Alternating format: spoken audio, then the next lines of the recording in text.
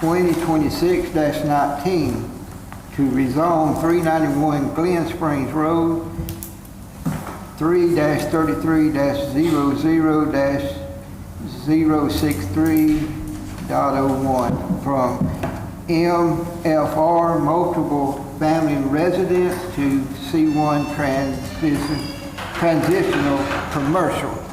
Do we have anybody who wants to speak for or against that ordinance tonight? You can step forward, sir.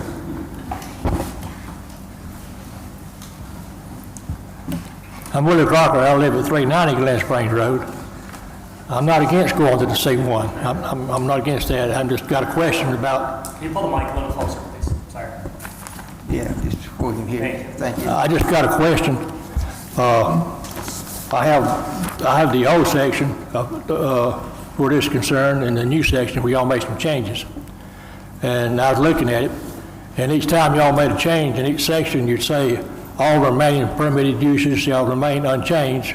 Then here in section 3, all other conditions, uses, and standards of this section will remain unchanged. Then you made a change here in 315.4, but then at the end of that, you do not say that all other things are going to stay the same. And that's my concern, because I got a list of prohibited uses that I want to stay in this thing. That's my question. Well, each time you made a change, you say everything else stayed the same. But in this one right here, it doesn't say that. Okay, you got a concern about the permitted uses, you say, sir? The prohibited. Prohibited uses. The prohibited. Yeah, that's section 315.4. And section 4, y'all made a change, but then at the bottom, there's nothing saying everything else stays the same. And if I can see that in writing and everything's going to stay the same, I'm okay. I think if I can, do you mind if I help Go ahead. explain? So I believe what's happening is that because we are making amendments, the only part that he's seeing in the section that's for the public hearing is the parts that we're amending, and therefore it doesn't show that whole section as a whole, and he's concerned that the prohibited uses are going to be left out when we fix the whole zoning. And one of the issues is we don't have, I mean, I know Muni Code's coming up, but when you look online, you would have to go look through every amendment to see exactly what we do, line it up with what we have. We just need, he's wanting to see all of C1 in one section printed out with all the amendments in it corrected. And we really do need to get that up and running, but we've been making so many changes. So I don't think any of us were wanting to take out the prohibited uses. So by rule, it would stay the same unless it's been amended, correct? Right, it would be, but it is getting confusing, especially to the public with all the changes we're making. We don't have anything that shows all of that in one spot, and that is confusing. It's even confusing for us as we're going So through. everything is staying the same except for the actual changes, you see? That's, yes, because it's That's an what I'm it's an saying. amendment. Each time you It's an said that, amendment. but this paragraph you didn't. That's what concerned me. Okay, which one are you looking at that? Section one? 315.4. Okay. Where you made the change, but it does not say that everything else is going to stay the same. On the copy I have here in front of me, Mr. Crawford, it says the following uses are expressly prohibited within any C1 zoning district. However, this list shall not be deemed exclusive or inclusive, all inclusive. And it lists adult entertainment, automobile service stations, commercial communications, cell towers, manufacturing, housing, parking lots, or decks not required by permitted or conditional use, outdoor storage of junk equipment, supplies, building materials, parts, and/or unlicensed, uninspected, wrecked, crushed, or dismantled or partially dismantled automobile vehicles. In other words, it will be a junkyard. Retail sales except those specifically permitted in 315.2, or storage facility or warehouse. You okay with that wording? Yes. But I won't. The one that I have here that we're going to vote on has that written out. Oh, that does, okay. I don't have that then. It hasn't spelled out in my copy. We want, Well, I got a copy of this right here, and this is the old stuff. And this is the new stuff that I got from the administration last week. Jennifer, does he have a copy in front of him of what we I was gonna say, have? I'm not sure where you got that copy from, but this, I believe the C1 Transitional Commercial District, is that what he's needing? Yes. Okay, I've got that printed out here in the front. Yeah, can you show him on there where that is stated, that those are prohibited uses, please?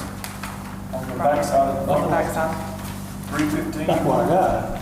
That's what I got. You're talking about I'm the talking about the one y'all did all the amendment, those are just the amendments, yeah. It's- I got this Sounds one. like, This is sounds your like amendment. something Muni Code would They kind of probably combine fix. into that, because Yeah. they've got those copies of everything that we voted and y'all voted in second and passed. They have.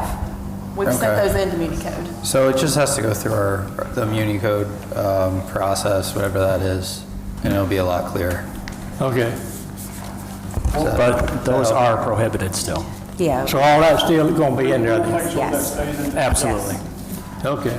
Just keep me a good restaurant over there. thank you.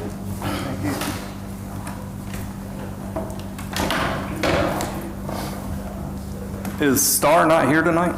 Will she be considered for the vote at hand? Not if she's not present. If she's not present. I think that that's a crucial vote right there. Anyway, good evening. My name is David Doby. I live on Hillbrook Circle, District 2 resident. To express opposition on this rezone request. Here we are once again with another attempt to push through another rezone request, one that was previously voted down last winter 4-3. The property in question at 391 Glen Springs Road has been owned by the seller for decades, and all of a sudden it's the hottest rezone request in Packlet. The fact that there was no public hearing in June or July for the residents of District 2 or any Packlet town residents regarding this matter reeks of desperation by certain town council members to push a vote of approval on the same night of the only public hearing regarding this matter. She's not here, so I can't address her, but I would like to address some other council members. Ms. Lemons, last winter, you heard the same sales pitch for said property. You had concerns then and mentioned that you didn't want council to be shopping for rezone codes. That is exactly what is happening again here tonight. Thank you for voting last time, no. I hope you consider another vote for no on this property. Again, thank you for last time. And Mr. Brackens, my district. You, sir, heard the same sales pitch. It was all a sales pitch. It would be the same for her if I was addressing her. That evening, you said that you had heard from many of your District 2 constituencies who expressed concern and were against rezoning requests by the seller and by the town council. You voted no that evening, and District 2 thanked you then. Sir, please consider again a no vote this evening. To Mayor Burrell, sir, you also heard the same sales pitch for that property in question. As your first act of mayor that evening, you listened, voted no. Thank you. Please consider once again voting no if the need arises. That one property at 391 Glen Springs Road will not change Packlet, but the approval tonight of that rezone request could effectively alter the quiet and peaceful neighborhood and residents of District 2 forever. Thank you. If you don't mind, I just, out of curiosity, because a lot has gone on with that property, is your concern based on that you believe it's still going to be an auction house, or is I it? still believe it's going to be shopped up the list. Yes, I do. I believe there is. There's some other information that's out there. We could all talk about it somewhere else. I don't have the time here to take up council's time. But there's been some concerns by a group of residents that there's a possibility that if someone was to leave council, then it would automatically just be voted on up the list if it was to be rejected tonight without proper representation for the whole town. So that is a consideration that a lot of people are looking into. But yes, I mean, obviously, If you've been by there, that property is in shambles and everything. So whoever's willing to pay the money for that property, they're looking for something bigger and everything. That's the problem. It's not gonna be a coffee shop. It's not gonna be a place where you go and Bible study. None of that. And the fact that there is some discrepancy about how it's gonna be zoned, and that it could be transitional and be pushed up the line to another, somewhere down the line, it could effectively be rezoned again, shopping. So that's the concern for everybody. That, like I said, that one business over there, it's not gonna change anything. That is a residential area coming into the town of Packlet, the good town of Packlet. We have a whole business district that is in total need of attention and everything. And I understand there are rezoning requests for some buildings down here, and I get it. And that's where it should be. We shouldn't be shopping, for the sake of a seller and everything. This guy's gonna benefit hugely. And whoever's buying it, they're obviously gonna be benefiting hugely because they're gonna pay an exorbitant amount. I know for a fact, there have been people that have made offers on that and been shot down because the guy's raising the price. A man don't raise his price if he doesn't know there's a big payoff at the end. That's the question. So, but anyway, thank you for your time, council. I appreciate it. Thank you. Thank you. Just so I'm on the right page here, you were talking about before when the auction house buyer, are those the votes you were saying, the against votes? Yes, that was last winter. Okay, so- Last And December, I believe. I know this was a different zoning we were going for that was brought up last month. And then the reason for having the public hearing after the votes, because it has to go through 2 votes. The reason for having it afterwards says if we shot it down beforehand, there's no reason for a public hearing. So do we have the votes from this from last?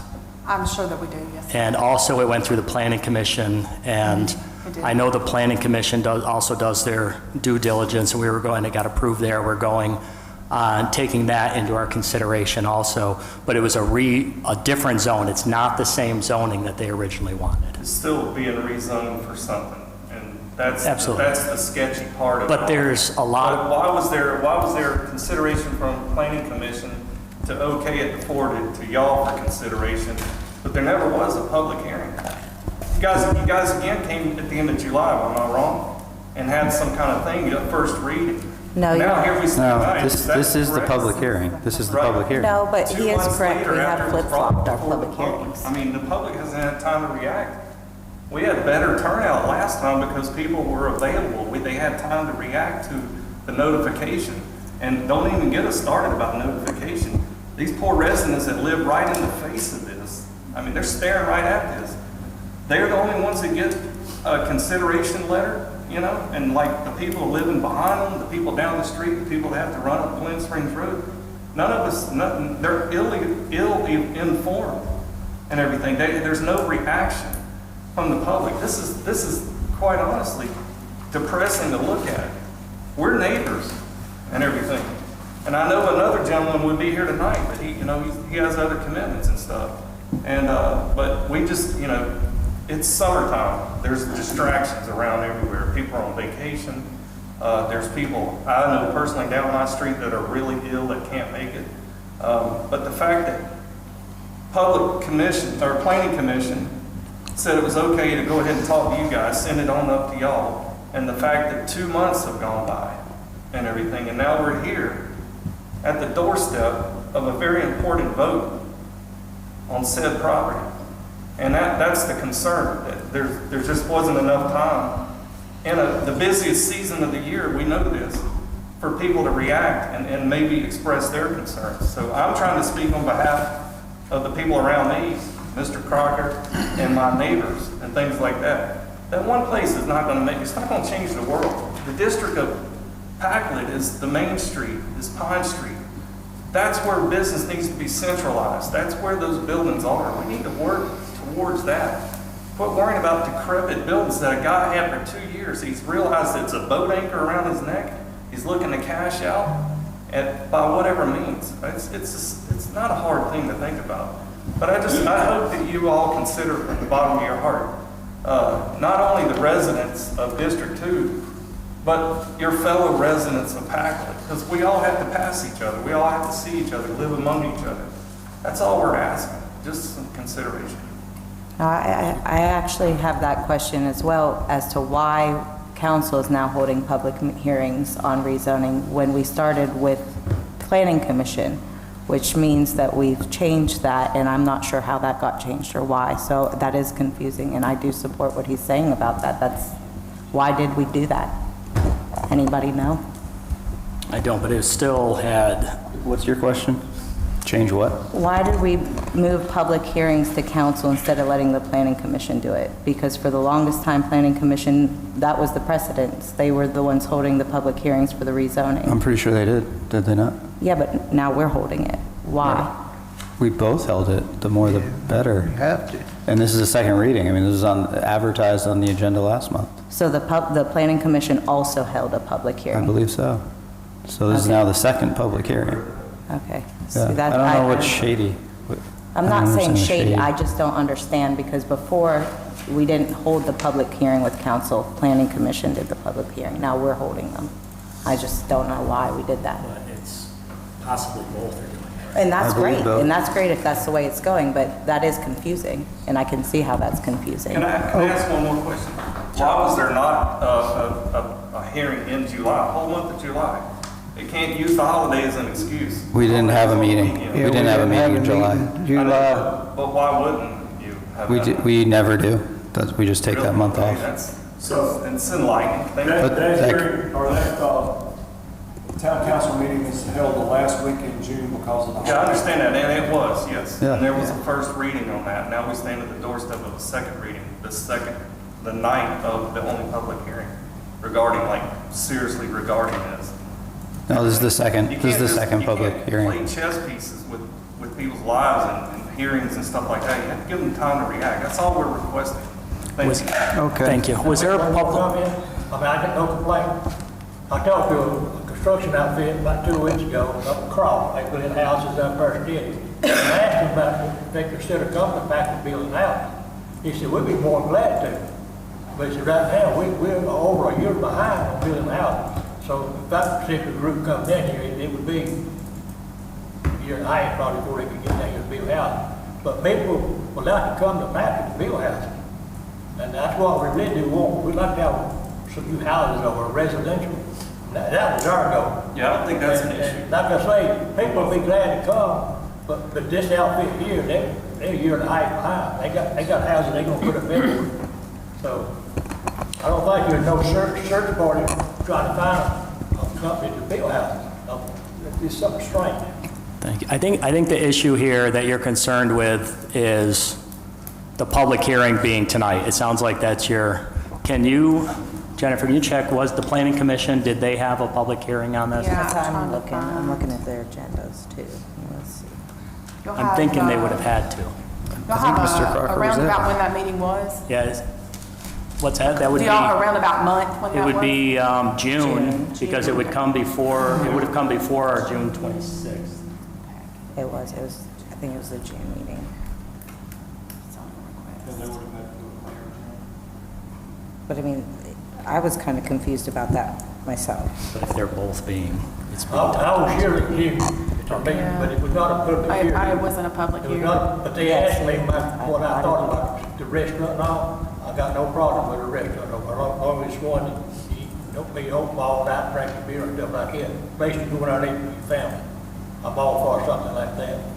But it's not a public hearing, I just stand here to make, they just asked me what I thought about it. That's the change that they made. So, Yeah, there was no public hearing in June. It was under new business in June. But There was no there's- public hearing. No. And see, that is confusing to be switching it like that. All right. Thank you for your comment. Do we have anybody else wanting to speak on this ordinance? Let's move on to the second ordinance. The ordinance 2026-13 to rezone parcel 329-15-030.00. And this is 6855 South Pine Street, from C1 to C4.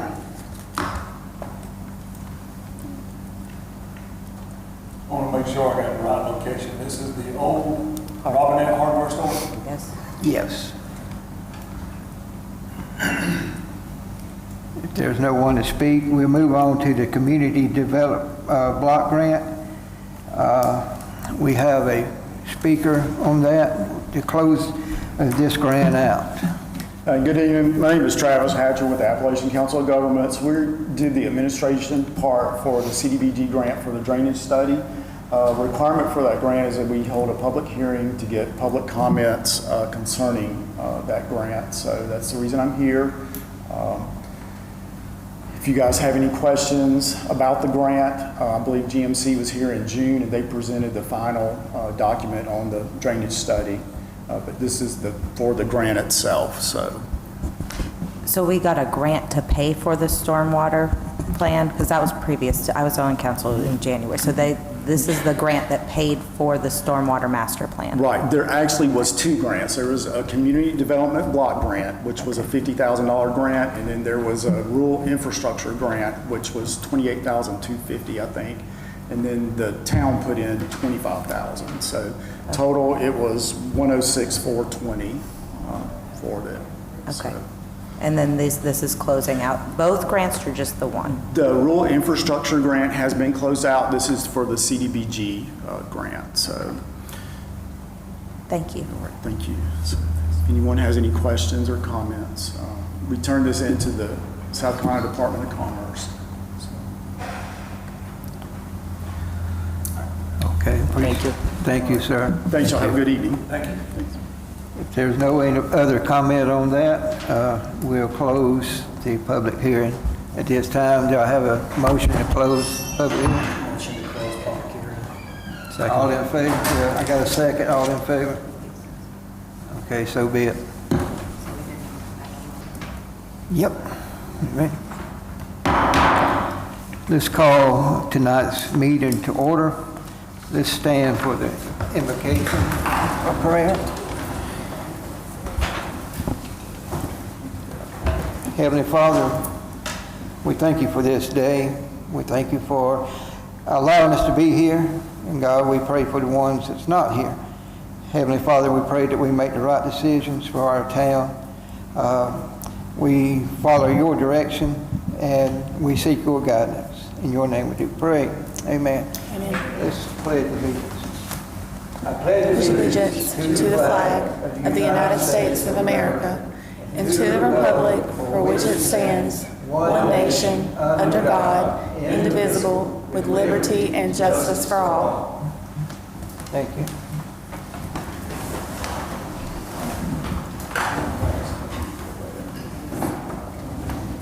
In compliance with the Freedom of Information Act, notice of this meeting was submitted by fax to Spartanburg Herald-Journal, posted on the bulletin board in the lobby of the town hall and on the town's website.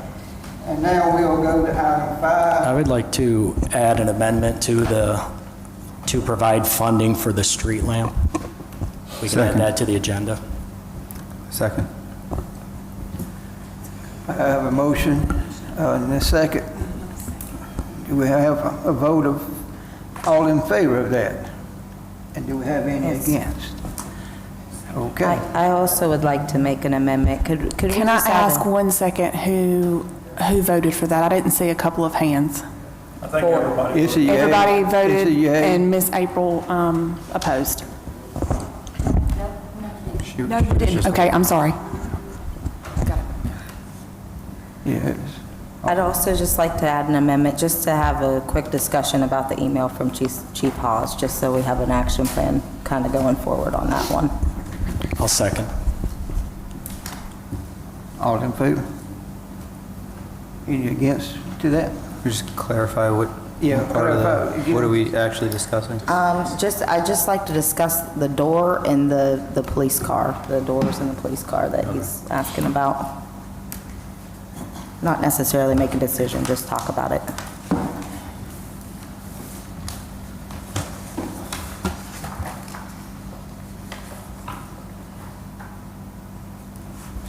So you have the concern of the police department, mainly the The car has been budgeted, right? Yeah, I actually looked at the budget, and there's an equipment budget for $44,000, but my question is, we just paid off a vehicle, and I don't know if the committee is working, I'm wondering why we're needing another vehicle. I mean, it's an expense that, do we absolutely have to have it? I know it's budgeted in there, but with all the other stuff that's needed, is that money better to go somewhere else? It was already in the works to purchase this vehicle as far as the upcoming budget. As the cars age and get to a certain amount of miles, we have to update and replace, and this was already in the budget for that, so. So we need to leave that with that and make considerations for the other stuff from somewhere else? Right. Okay. We have a cruiser outside, we don't have any from PD here? No, it's been there all day. Oh, okay, that's unfortunate. All right. Right.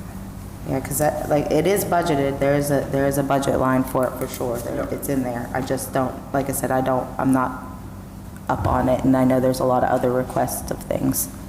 And the doors too, that's another one that's just kind of, That would fall under repair and maintenance, but we'll probably have to do an RFP.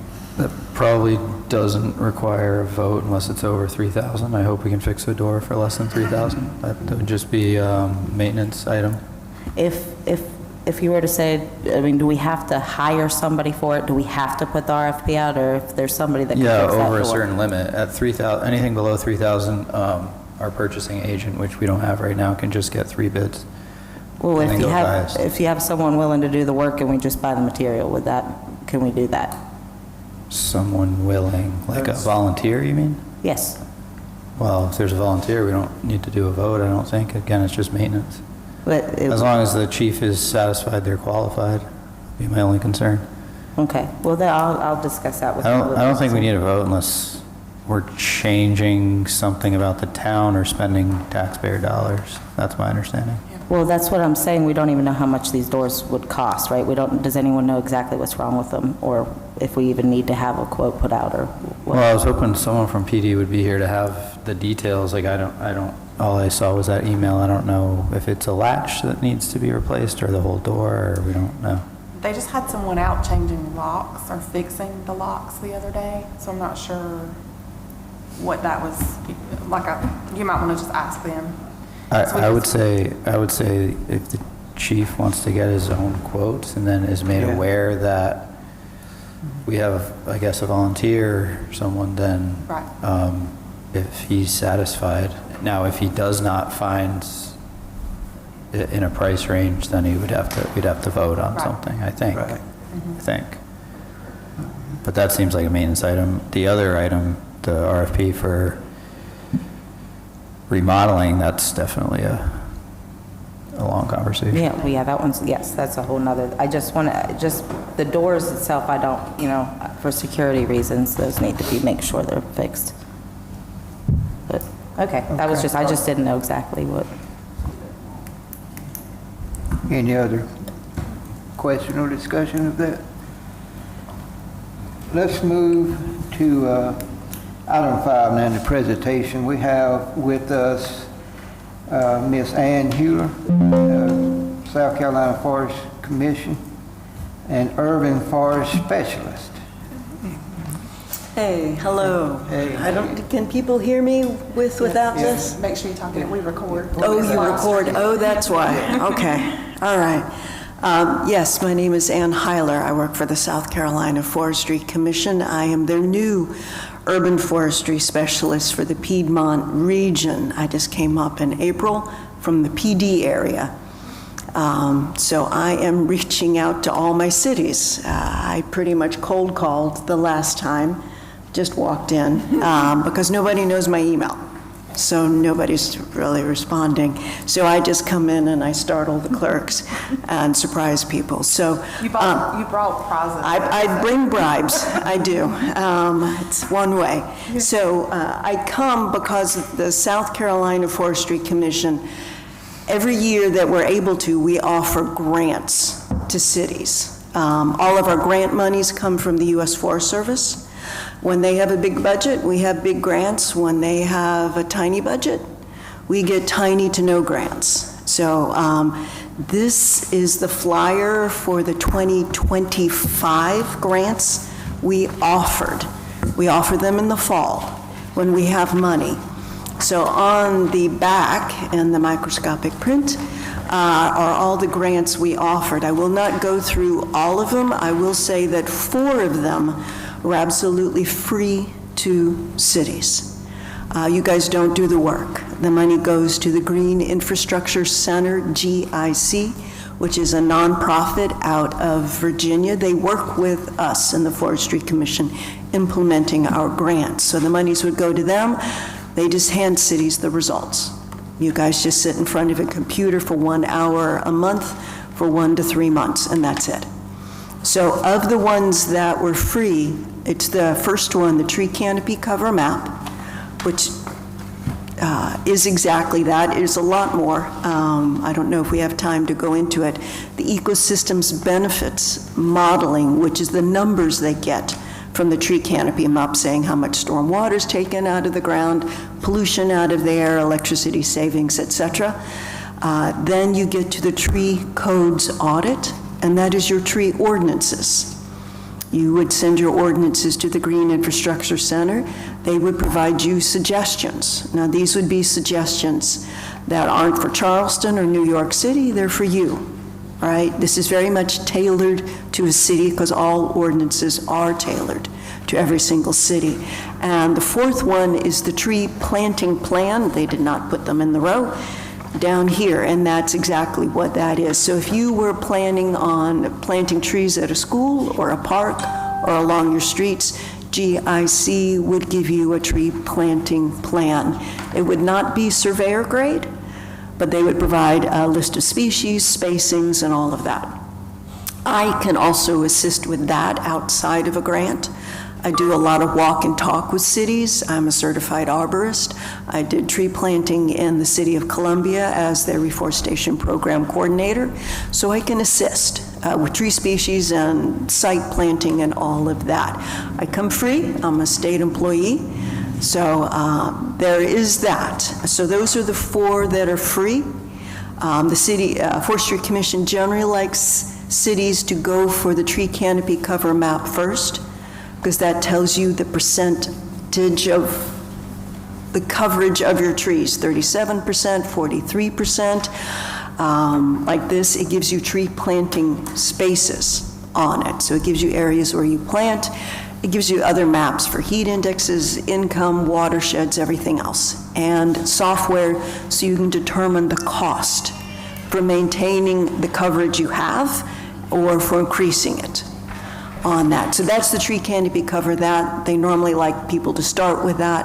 The ecosystems benefits modeling is dependent upon having a tree canopy cover map. And then, of course, you have the ordinances and the tree planting plan. Those 4 are free. Everything else is 80-20, which means you would do the work, like a tree inventory, we would reimburse you 80% of your costs on that. So everything else is 80-20. I don't know what grants we can offer this fall. There will be a webinar. We will send out a registration for the webinar in October. Anybody that we have an email with, if I don't have your email, you can send me an email. You have my contact name there. After the webinar describing the grants, the online application will open. The application is simply a list of all the grants and asking the cities, have you had this grant before? If you had a tree inventory before, 4 years ago, they're not going to give it to you again. They want to make sure that people are going to use that grant for specific those purposes and not every 4 years get something, right? So you would say yes, no to any of the grants if you had them, and at the end you would write what you wanted from us, what grant you would like, and what project you would use it for. I will send every city a PDF of this application survey so you guys can look through it as a paper. I'm a paper person, I'm old.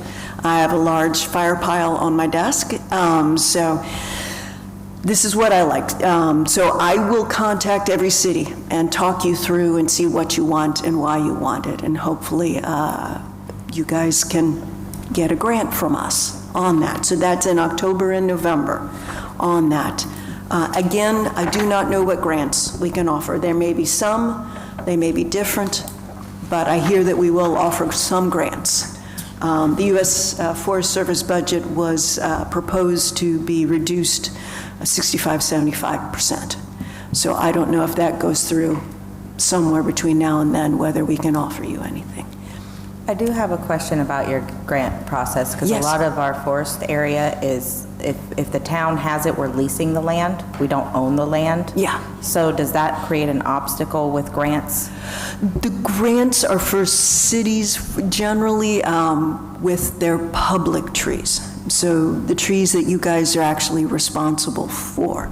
So this would not be private property, except for the tree canopy cover map, something like, which would take into account the entire taxpaying district, right? So we would have to own it, so like if. For work to be done on it. Though there are the larger grants, the emergency forest storm planning, that's for the entire city. Tree replacement plan, you would need the tree inventory, but this is public plantings. If you guys are interested in free tree giveaways to your citizens, I can send you information. I think there is 2 nonprofits, Trees Upstate, which I do Oconee, York, Spartanburg, Greenville. They do a number of counties. They provide free tree giveaways, and they also plant trees in those counties at the schools for free. That's Trees Upstate. Trees SC, which is one word, they provide something called a canopy session. So that also is a free tree giveaway, but before that, all the participants have to go through tree planting presentations. I've taught that a couple of times. How do you prune, mulch, fertilize, when to call an arborist, what tools you need before they actually ever get to the free tree. Both of those free tree giveaways are sponsored by Duke Energy. Who provides your energy? Well, we're mixed, it's Duke and Lockhart, so. Duke has worked with... Broad River, sorry. Yeah, no, so if you have some with Duke, they may actually offer you $5,000 to cities themselves without going through the nonprofits. They did that at least with Florence. Florence had about 150 trees they gave away near Earth Day. They were all taken up, and all that came from the Duke Energy money. Do you all have any grants, like along with the power lines and things, in which help clear the stuff off the power lines? That's what every city asks. I know. They want grants to remove, because it's very costly, and it's to prune. Now, if you guys are pruning yourself, that's costly. It's also somewhat costly if SCDOT contracts out with that. And but we don't offer that. It's something I wish we did. We did have a disaster grant for counties and cities that were affected by Hurricane Helene and several other storms to remove hazardous trees and to replant.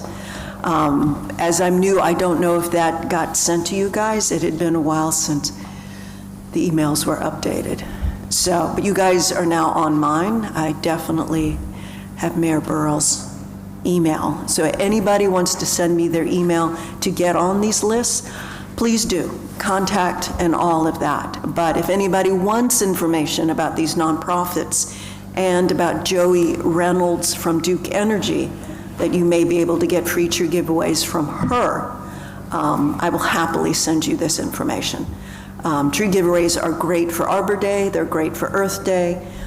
It's surprising. It's a gift, and we all like gifts. A little bit better than free puppies. So I can send you information on that.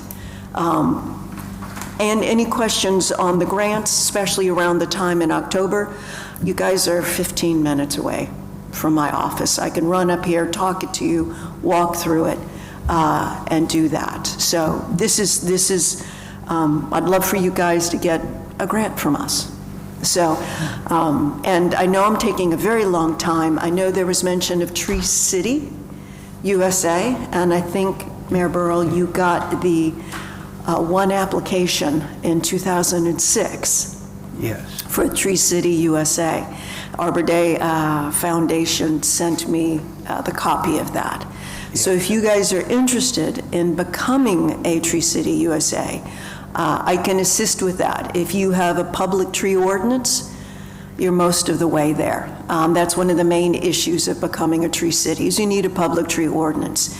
And before I go, in that packet I sent you, if you're interested, the one with the red letters is the sample Arbor Day Foundation Public Tree Ordinance.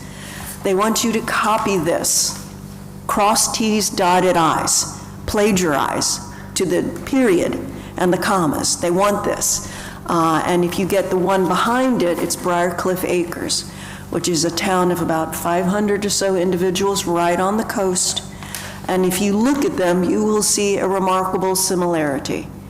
Briarcliff Acres, which is different than you, it's a town of nothing but residents and one town hall. There are no developers, there's no business. So it's a little bit easier to pass through public tree ordinances for that. But they've been Tree City for 3 years now on that. So there are samples. I can get you some other ones from other cities we worked with to help with their tree ordinances. That can readily be done too. Most cities have the same problems. They're unique in city council development and all of this, but they're pretty much the same. They want trees to look good. They don't want them hacked by power lines. Trees are an amazing beautification. No city really wants to look like a strip mall. They don't. That's not welcoming to family or business on that. So trees, at least from the Forestry Commission's perspective, trees need to do work. They literally need to do work. The benefits need to outweigh the costs. There are places you do not plant trees at all. Not even, I come from PD, the verified palm trees, which aren't actually trees. They're planted in sidewalk cutouts 2 foot by 2 foot because no other tree can go in there, all right? So trees do work, and this is why we're here to help. And I've wandered off. You need a public tree ordinance, you need a tree board, or like a public works department or parks or rec that deals with trees.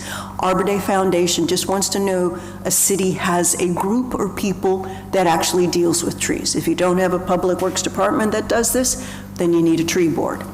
If you have a public works department, you don't need a tree board.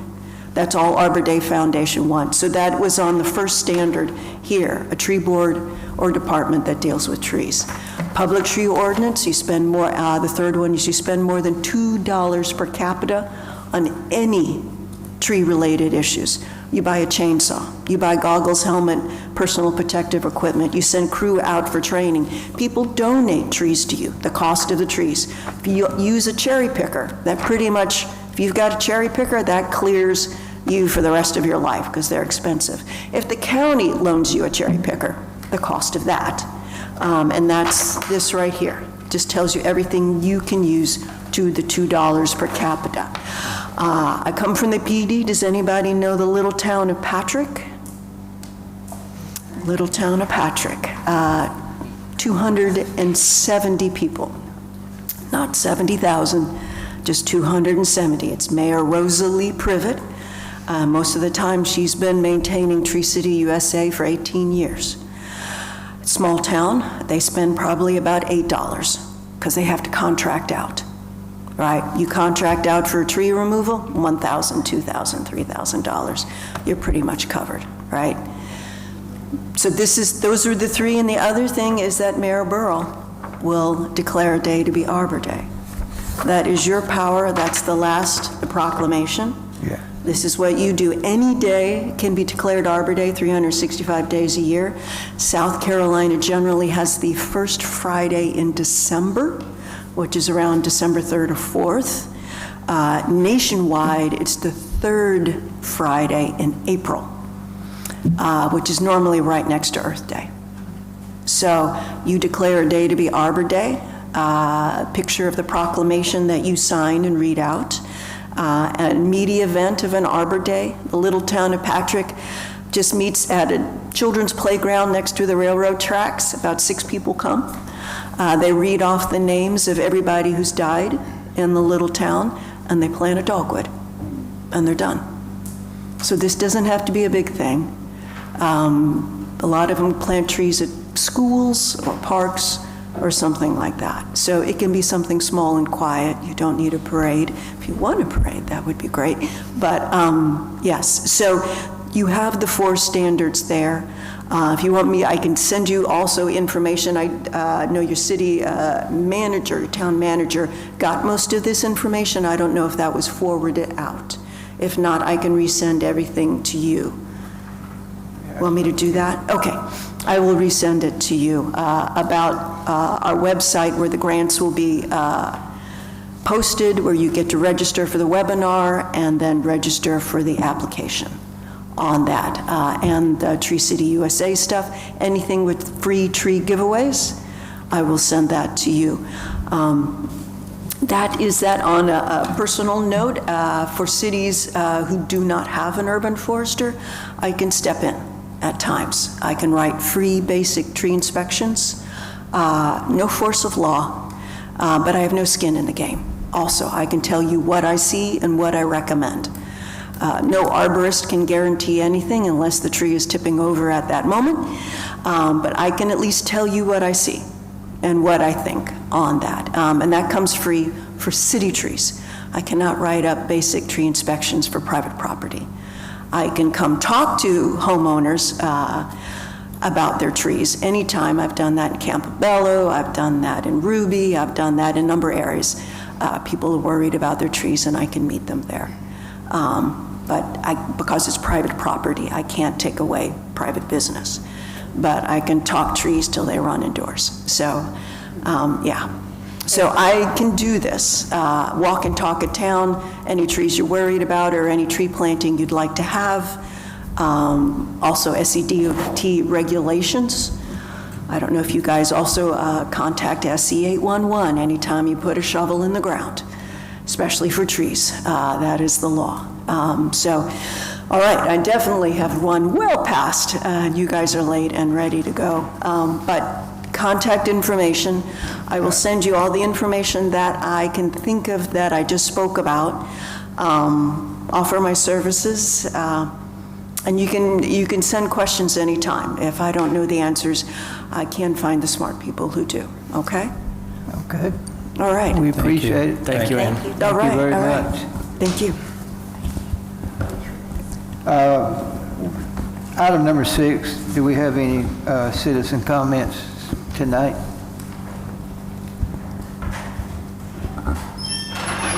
Okay. Item number 7 is the approval of the minutes of June 25, 2026. Do I have a motion to approve? Motion to approve minutes, June 2026. Second. All in favor? Hold on, I got one question. Okay.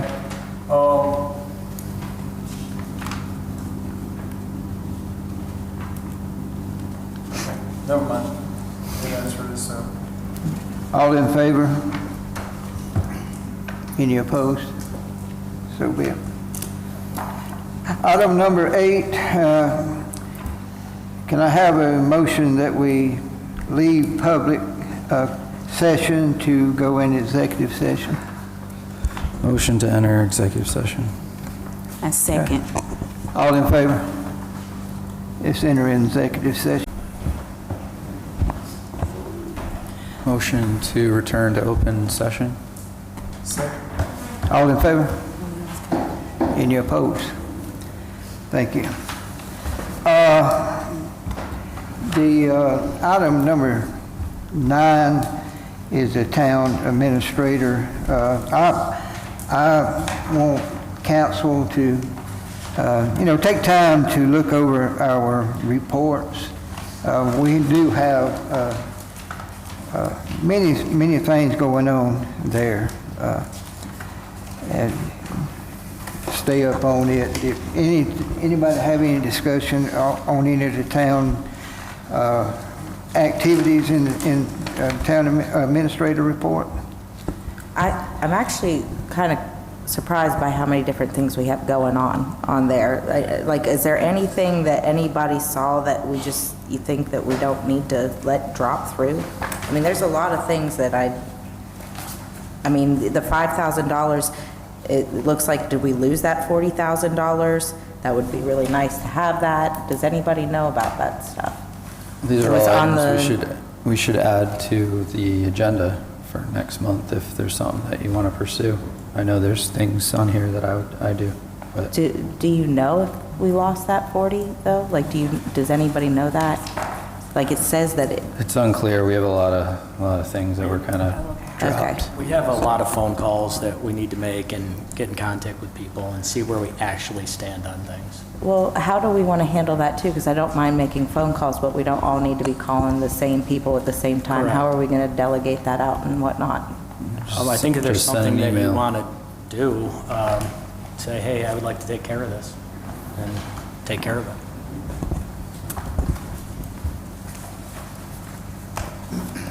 Okay. Yeah, look over that and the interest that you have for that. I did have one. I saw on item number 17 that we still have $28,000 in change left on our grant. I believe that was a Northern Suffolk grant. Anybody have any suggestions of where they would like to see some of that money go? Because that's for parks and similar. The I do. one that's left from Norfolk Southern, is that? Yeah, okay. I would like to use some of that on our Public Works property, but I'll send an email out as to what I'm thinking and put something on the agenda maybe. What about our roundabout? I know we had discussed putting some money in on the roundabout with that. That's on the agenda already for tonight, yeah. But that's a good idea. So there was no attachment for that money to have to go to the park up there? It was No, just... parks. No, it's just for It's in general, beautification okay. in general.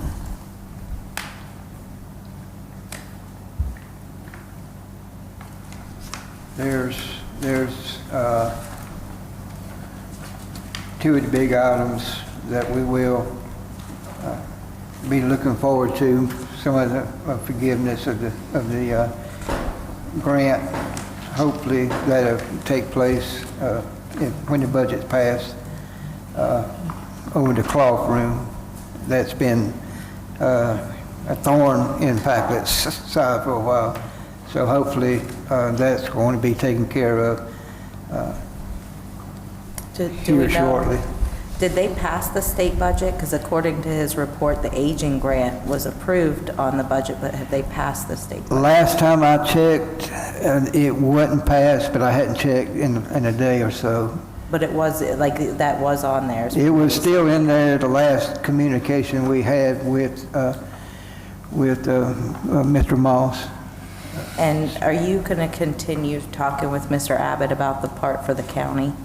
Have they come to like terms on that one?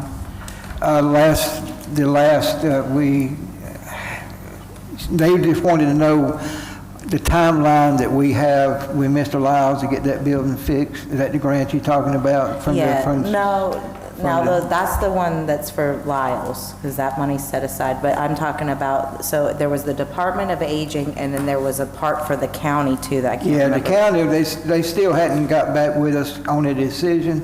Okay. We sent them what they asked us to send. They just wanted the timeline. We sent that to them, and that's the last I've heard of it right now. They hadn't made a decision on what we have to act upon, to pay them back or what not to pay back. Okay, because I do get kind of confused there. Maybe Jennifer, you can help with this one a little bit. The money that we have to transfer to keep the budget running, does any of that money touch any of the set aside? All these are under the restricted, right? And none of that's going to be... There's a separate fund called the Packlet Fund, and Right. that's what we transfer from to cover when, on the, I guess you'd say skinny months Yes. of the year. And then we have money set aside in a restricted fund for what you're talking about. That's not moved, it's there in case we have to pay some of those back. But the Packlet Fund itself had enough to start our year out, yes? Yes. Okay, Mhm. Yeah. okay, that's what, okay. Okay. Let's move on to our item 11, unfinished business. A is to consider second reading of ordinance 2026-19 to rezone 391 Glen Springs Road 3-33-003.01, and that's from multiple family residence to C1 transitional. Do I have any comment or discussion on that? Now, is this the one Ms. Lemon said that the zoning board should have held a public hearing Yeah, on? that is the one that is where our public hearings seem to shift from the planning commission to here, and I don't understand why we did that, but prior to that, the planning commission did all the rezoning public hearings. No, we always had to do one. No, I sat on both the planning commission and, I mean, you had public hearings, but not so much on the zoning. I mean, we did the public hearings on the planning commission. I mean, everything got a public hearing. I'm not sure if it's required in one or the other, but everything got a public hearing. I think what was happening was that they were holding public hearings in planning and then it wasn't getting approved at council, and it was kind of deemed a waste of time, so they moved it. I think the law just states that one has to be held. That's my understanding. It does state one has to be held, but we set precedents that we were holding them with the planning commission, and then all of a sudden it changed, and that is confusing to the public. We didn't notify anybody, and as a sitting council member, I don't even know why we changed it. So that's kind of strange. I think, Patrick, for that reason of he was running through things, and if it didn't pass a first reading, it didn't need a public hearing. I believe that's what I was told. That if it didn't pass the first, because it has to pass two, and it has to have a public hearing before it can be its second reading. If it died in the first reading, there was no need for that public hearing because it would be a non-issue.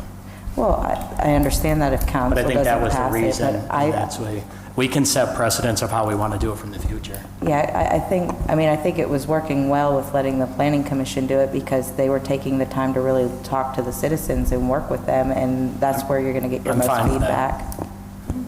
Moving forward, having a plan. I think one thing that we have to remember is we came out with a new plan for the entire town, and that was with the previous council and the previous planning, and I think now planning is going through and they're seeing spots that maybe weren't right. There's no way we got all of the planning right on the first try. And they're going through, they're being proactive and trying to get things changed to how our master plan wants to go. And I think that's why we're seeing different properties coming up.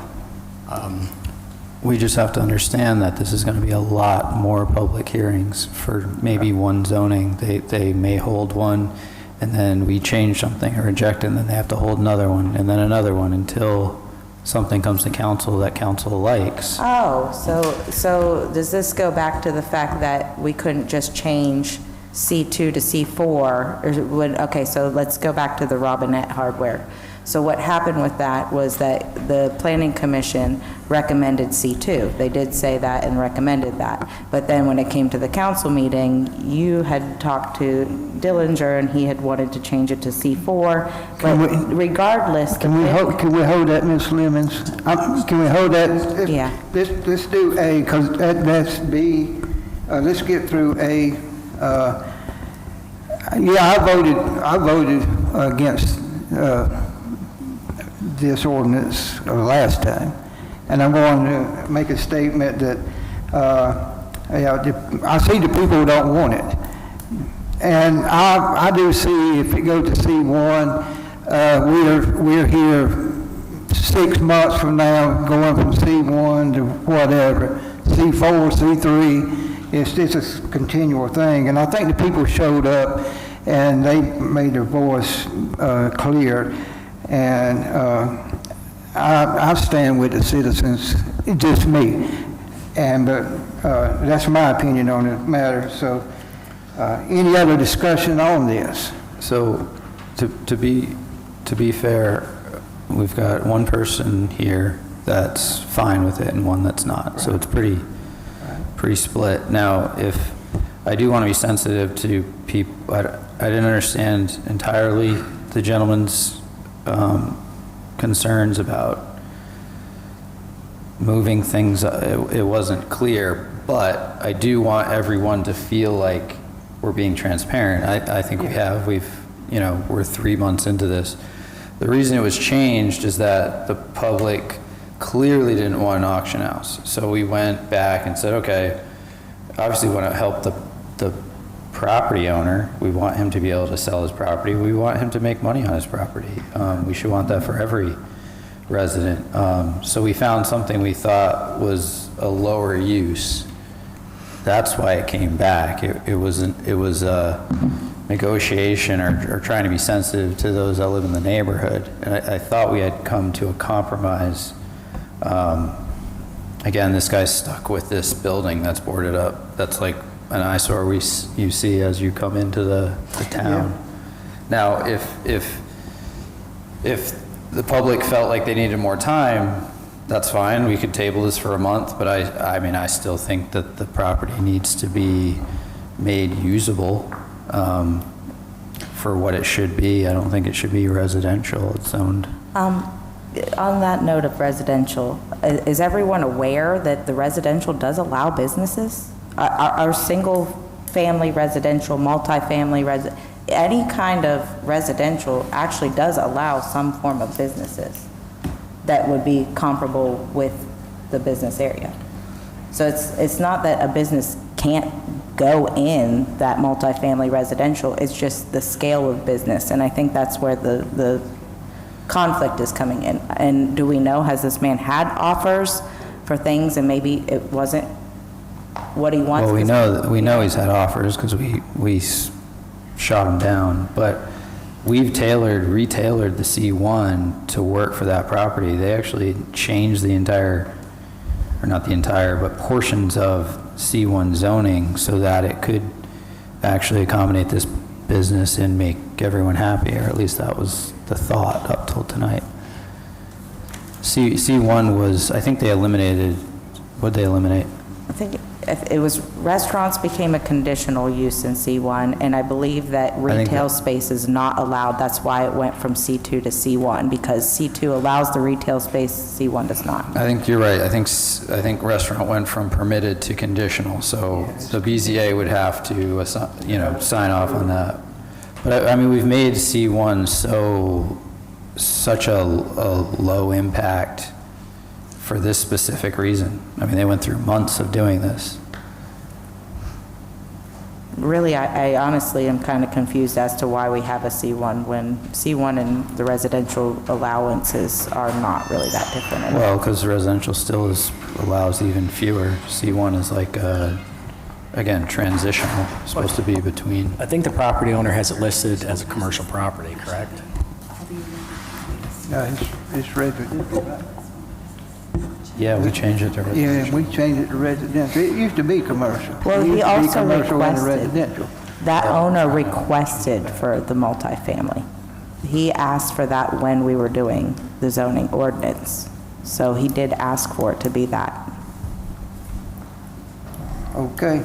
I'm going to make a motion that we table this till next month, just so that no one feels like we're, again, it's summertime or whatever the issue was. I'll second that too.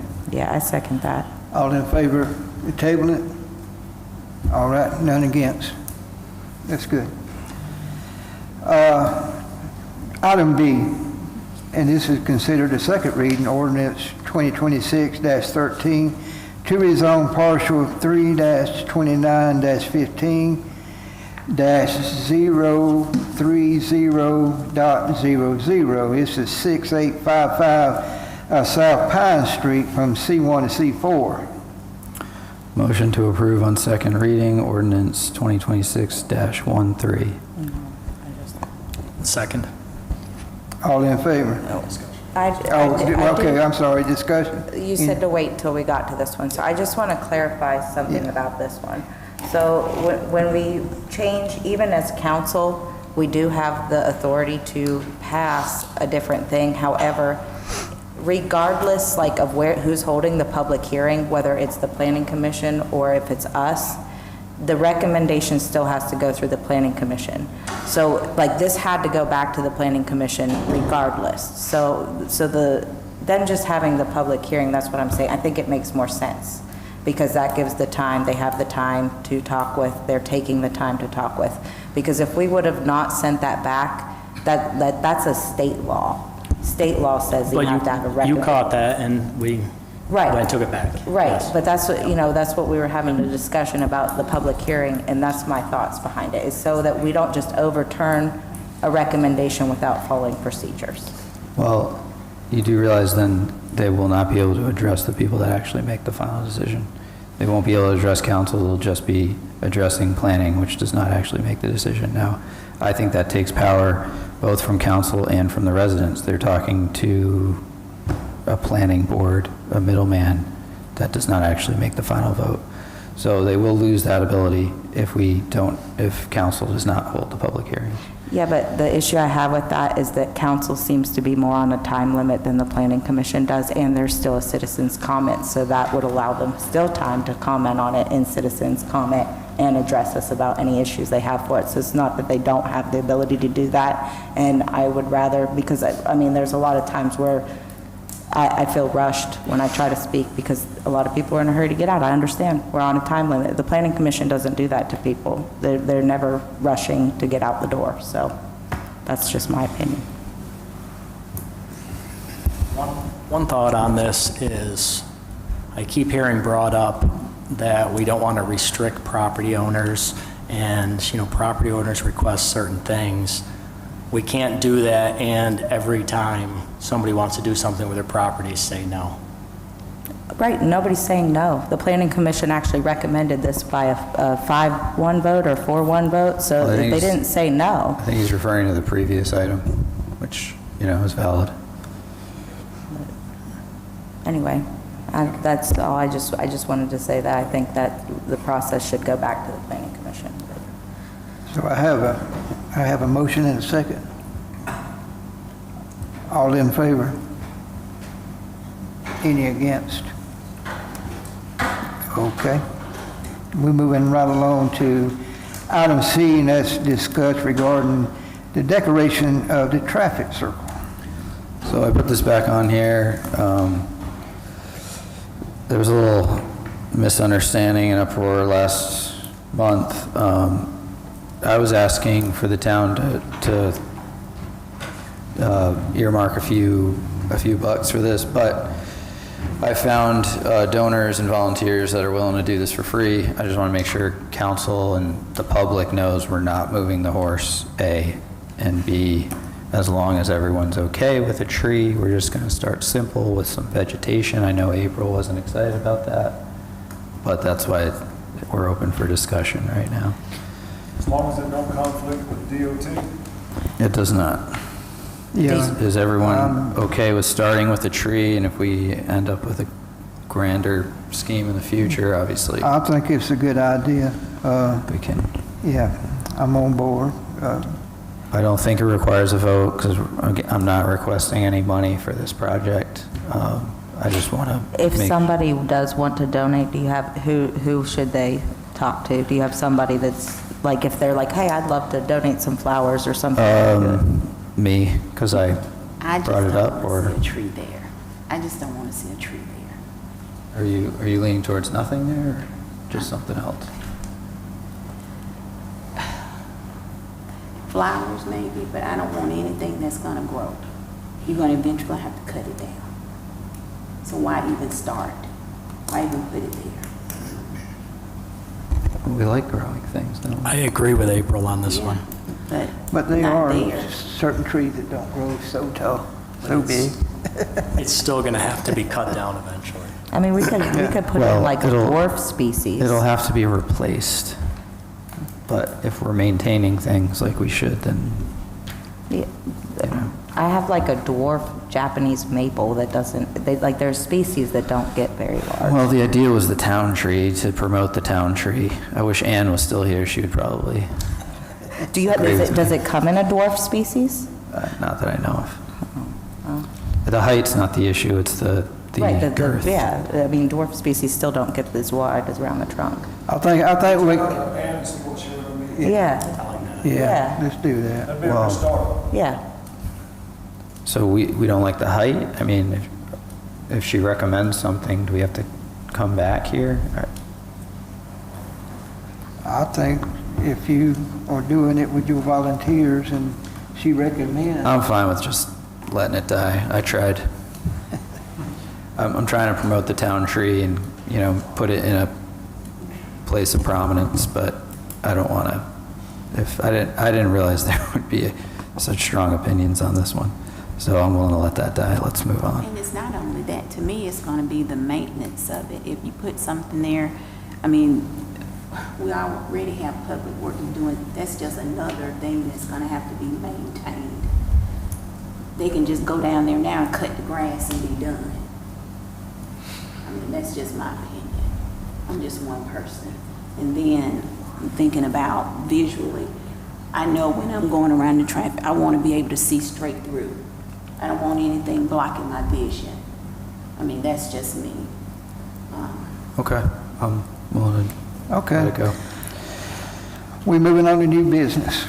Item A is to consider appointing someone to be interim town administrator. So I want to preface this before I make a motion. You know, we're going to run through these and, well, I can't say how the vote's going to go, but we're going to vote on making our town clerk, or at least giving her this title temporarily with the understanding that, you know, we're working on a more permanent position. We're actively searching for. Right, a so replacement. it's gonna seem like we're dumping a lot on you, and we sort of are, but we're also working hard to, We're also confident in your ability to. yeah, so with that, Some of them is just title only. Because some Right. of this is not gonna require anything. right, we need The a, administrator didn't do it anyway, so. we need a placeholder, so, and not that you would just be a placeholder, we know you're, you know, doing an amazing job. So with that, I'm going to make a motion to appoint Jennifer Gilbert as our acting temporary town administrator. I second that. All in favor? And any opposed to it? And we go to item B, and that's consider adopting someone to be the zoning administrator. Again, motion to appoint Jennifer Gilbert as our acting temporary zoning administrator. Second. All in favor? And moving to item C, it's consider appointing someone to be the purchasing agent, temporary, or the purchasing agent, sorry. Motion to appoint Jennifer Gilbert as our acting temporary purchasing agent. Second. All in favor on this one? Any opposed to it? And item D, and is consider appointing someone to be the flood ordinance administrator. Motion to appoint Jennifer Gilbert as our acting temporary flood ordinance administrator. Second. All in favor? Any opposed? Thank you, Jennifer. Thank you, Ms. You're Jennifer. welcome. Thank y'all. I know, I will make this statement, we'll move on, yeah. We're here to help you, and this is temporary. We are actively beginning to search for our next town administrator and get back to normal, if you will. But this is just for the town to move on and be able to function. And thank you very much for stepping up, and we're here to help all we can. Okay, going to item E, consider resolution 2026-10 to reduce speed limit on Knuckles Street and Brown Street to 20 miles per hour and install necessary signage. I make a motion that we accept or approve resolution 2026-10. I second. do have a slight discussion on this. Okay. I feel that there's a lot of roads that don't have good signage on speed limits, and it falls back to 35 miles an hour in the town of Packlet. But we do have to have, coming into town also, signs that say our law is 35 miles an hour. Otherwise, it goes back on state and becomes a 55. So I am all for changing any speed limits, and especially in these small, tight areas, but we do have to actively get to that 35 for... Okay, any more discussion? We don't currently have a sign. Am I understanding you right, Jay? We don't. I'm not sure on this street. Okay, okay. Right, this is just like in Harveytown, about a month ago, they had to come in and put speed limit signs because we had people running 45 miles an hour because it was not marked. But we also don't have it marked at the end of town either, like what he's saying about the, But now at least that street, now that that street will be marked with a 20 zone, they have to obey that limit. okay. But, okay. If it's not marked, it reverts back to the previous sign that says all speed limits in the town is X number of miles per hour. But That's what I'm And asking about. Do we have our that rule sign? is 35. We do not have that posted to the public. So at the entrances coming into Packlet, we need to put those signs up. don't have- Or they are assumed at 55 state. So, made a motion that we approve 2026. I have a second. Okay, all in favor? Any opposed? Okay, moving right along. Consider a first reading ordinance 2026-21 to impose a temporary moratorium on the data center, on data centers. This be it'd be a what year moratorium? I believe that's the limit. correct, yep. I'm in favor of taking the action to this, or take the next step in imposing that. And that's my opinion, but any other discussion about it? Well, I make, Yeah, so, I make a motion to accept it, and I do have a discussion. but I do- second. so I submitted this to council because there's a lot of information out there, misinformation. There's a lot of discussion, which we've all seen and heard, and not a whole lot of action. And what I would like is, I'm not opposed to new technology. I'm not opposed to, I don't think that data centers are evil. I'm not for banning businesses. I'm a free market capitalist guy. However, I would like to wait and see, how things play out on Pine Street. I'd like to wait and see if or when the county decides to act on either moratorium or ordinance or the state. And we are not seeing that, so I figured that we can act and at least make sure nothing happens for a year while we're going forward. I would like to point out on that if the county does end up getting, I think they're going for they have their third reading schedule, if they put a ban on the data centers, a moratorium, that does not include the town of Packlet. So those places are going to be actively looking for places outside the county. So by us putting this ban on it, get ahead of people wanting to put a data center here because they're not going to be able to in county property. Right. It's just a kind of wait and see. It gives us a little breathing room. I know there's a lot of emotion, a lot of strong opinion. So at least in the town of Packlet, for a year, we don't have to worry about that. I am looking forward to seeing how things shake out. I don't want to see businesses adversely affect the residents, but I also don't want to arbitrarily ban businesses because of information that may or may not be accurate. So that was my thought process when I wrote this up and submitted I it. do have a question for you. Okay, so section number 4, where you put exemptions, It does not halt any data center development project that has received final unexpired. Do we have any, why was that exception put in there? Because from what I understand, we don't have anything. Because that's the law. Okay, so that's just part of We're having. not allowed to pass a law that would, if any are currently active, we can't, we would get sued. Okay, but we for sure, we don't have anybody that's asked for that because that's, Not that I know of. one of our development agreements would allow for it, which I don't think it would happen because the place that owns it is not a data center builder. But that, there is a loophole in one of our development agreements that would allow that. I'm sure we would have been informed if a And data center then, was. my other question too is, okay, so you have on here that it's a building, right? Where was the one? Building, hold on. Refers to a building, dedicated space within a building, or a campus of multiple buildings constructed to house computer systems, servers, and associated telecommunication, data storage, and cooling components.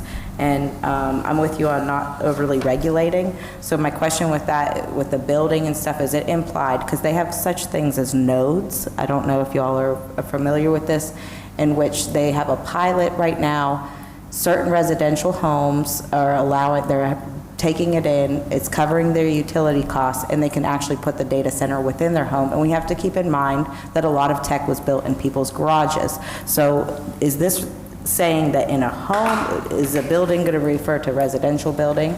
It says building. So does that extend, is that the implication that Anything if that's a somebody were building. to? Anything that's a building.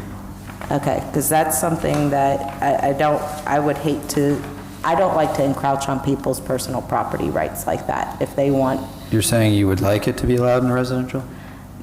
if they can put that, they're not, it's not like the building gone on Pine Street. I'm talking about like a tiny little server space that people are literally putting inside their homes. Well, this would block permitting, so if they need a permit for it, then yeah, it would be blocked. Which If we you're don't talking have about a any. personal computer with an extra hard drive, then I don't think that falls. No, under it's it. not, it is an actual, it's considered a mini data center, and they are putting them on new builds, and they are paying for the utilities on them. It's like, they're piloting it. It's not been completely released. I don't know anything about that. Are you aware of any here? We don't have anything in our zoning that would restrict or require them to be permitted anyway, so I'm thinking that that's fine, but are we going to send this to the planning commission too, the way it says to ask them to start looking at that? You have a directive to the planning staff, so is that something we're gonna go ahead and follow up with too? Yeah. Do I have a motion for that? Do I have a second? All in favor? Any opposed? Okay. We're going to item G, as to discussion to, regarding the museum.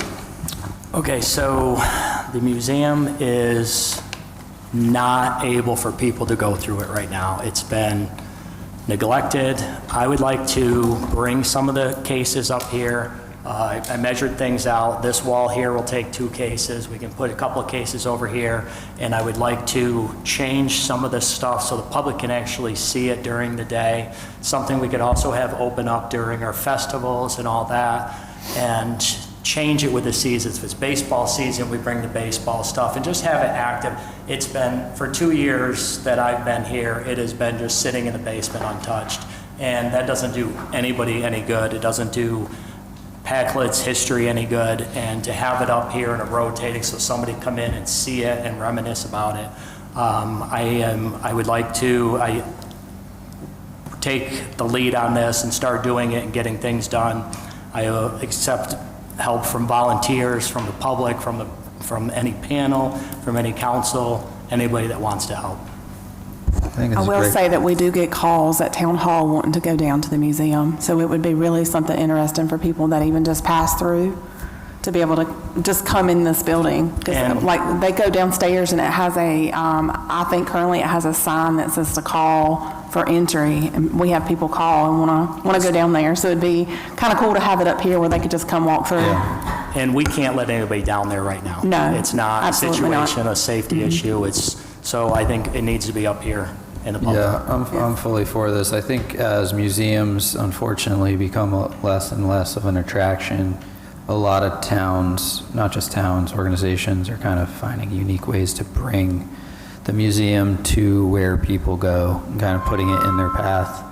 And I think that's the idea here. It would help us really direct be very,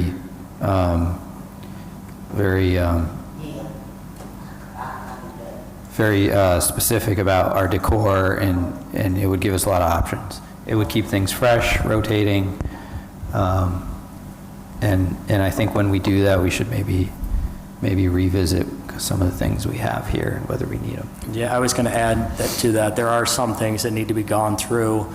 For instance, there's 2 stuffed coyotes down there, and something like that. I don't know if we need in our regular displays, but I would like to, when we weed through stuff, also, offer it to the public if anybody wants items. Yeah, there are things down there that Tags on have them. tags on Yes. them, that who they belong to, so we can contact if, they're still around. They're on loan from certain Correct. families. Yeah, Yeah. and then there's some there's no tags on it at all, so.